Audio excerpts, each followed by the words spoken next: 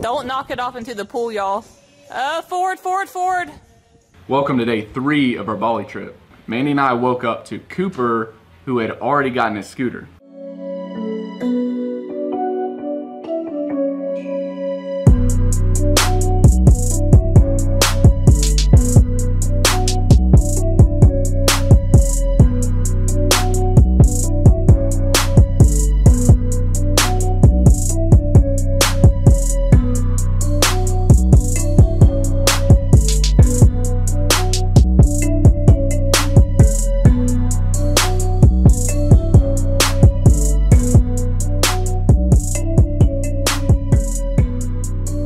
So to actually get the scooter, there was like 3 or 4 rentals right down the street from our villa. It was literally like a 5-minute walk or so. We didn't realize this. What seems like a pretty consistent thing is that when you rent a scooter, you have to do it for at least 2 days. We couldn't find a 1-day rental. How many days? 1.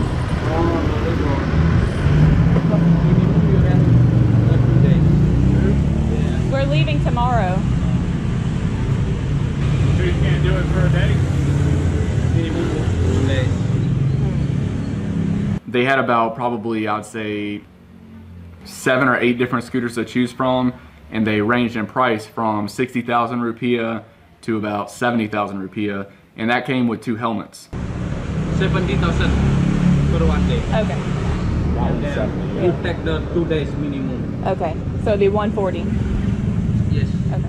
Whenever we first got the scooter, I was gonna test drive it, right? So I kind of just took off pretty fast into traffic. And when I came back, the guy who was renting the scooter to us, he seemed a little flustered by how fast I took off. So he was telling me, go slow to start. Just the slowly. Mm-hmm. Okay? Okay. This is the small the address. Yeah, okay. Okay? Just the slowly. What's slowly? Yes, for the start. Just take off. Yes, you start slowly. Okay? Just to be safe. Yeah. Ah, okay. yeah. Thank Okay. you. All right. So once we got the scooter taken care of, we went on our first ride down to the beach, which was probably about a 15-minute drive or so. The traffic was insane, and it was our first time on the scooter, so we were trying to be extra careful. Got to the beach, we had to pay 2,000 rupiah. We were able to park our scooters right on the beach, and because we were on the scooters for the first time, Mandy and I both had our shoes on, so we didn't want to scrape our feet up, because one of the things you have to do on the scooter is every time you stop, you have to put your feet down. And sometimes whenever you're kind of still moving, your feet will kind of just slide, want to hit our feet on anything. So we kept our shoes on. We're at Batu Balang Beach. Took about a 15-minute drive from our villa in Canggu. The waves are like really rough here, a lot of surfing. Cooper's debating diving in.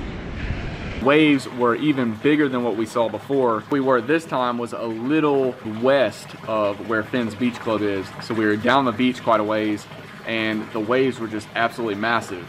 Cooper was gonna actually go in, and he walked up to it. He was like, I don't think I'm gonna do that, because they were serious waves. As we moved down the beach, there was this very interesting rock sitting out. We're about to head up to these rocks here.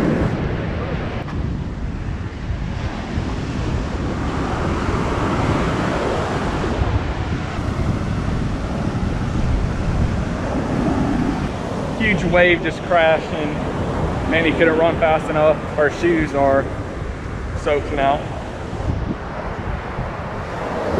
We're not going to talk about why we're wearing our shoes on the beach, but After we got back from the beach, we cruised up to this grocery store that was, I mean, super close. Like pretty much you come out of the back of our villa and you go down this alley, and then there's a small little convenience store right there. The purpose for this trip was to get our first Bintangs.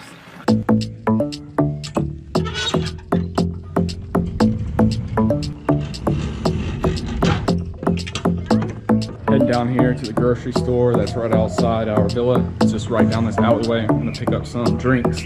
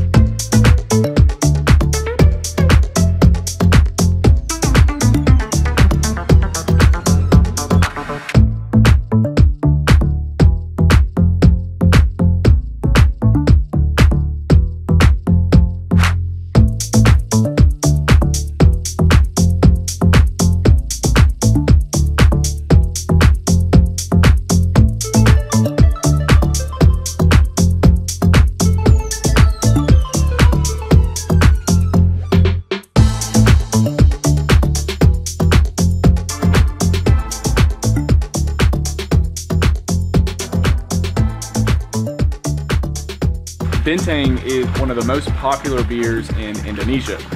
Now, the bottle is green and it kind of looks like a Heineken, and the reason is because Bintangs are Indonesian Heineken. So the bottle looks like it and it sort of tastes like it as well. We were able to get 24-ounce Bintangs for 34,000 rupiah, which is roughly about $2.20.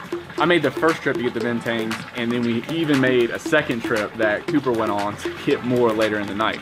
Ladies and gentlemen, your boy is back. Hey, what's up, guys? It's your boy Cooper, just doing my thing here in the jungle.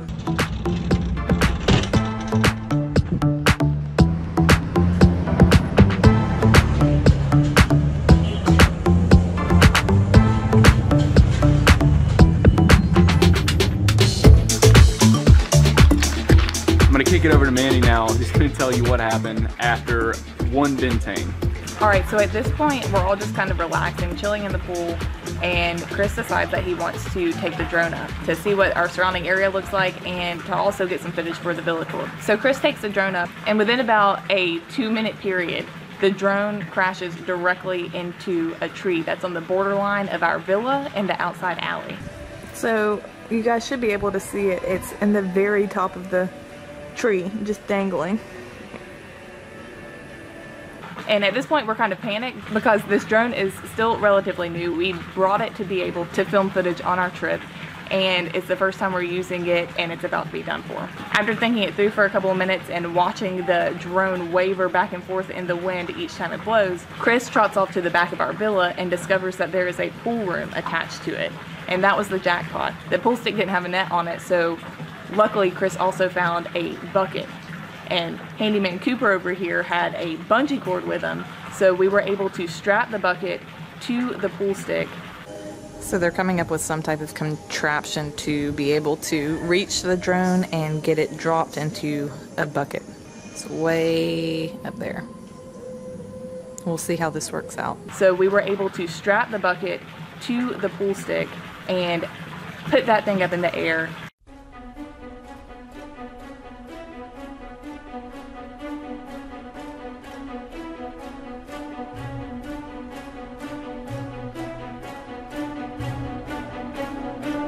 Don't knock it off into the pool, y'all.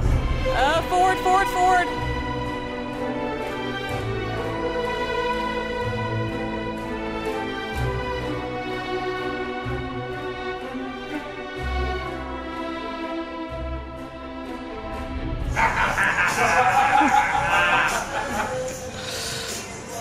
They did it. Ain't no fun like a big thing.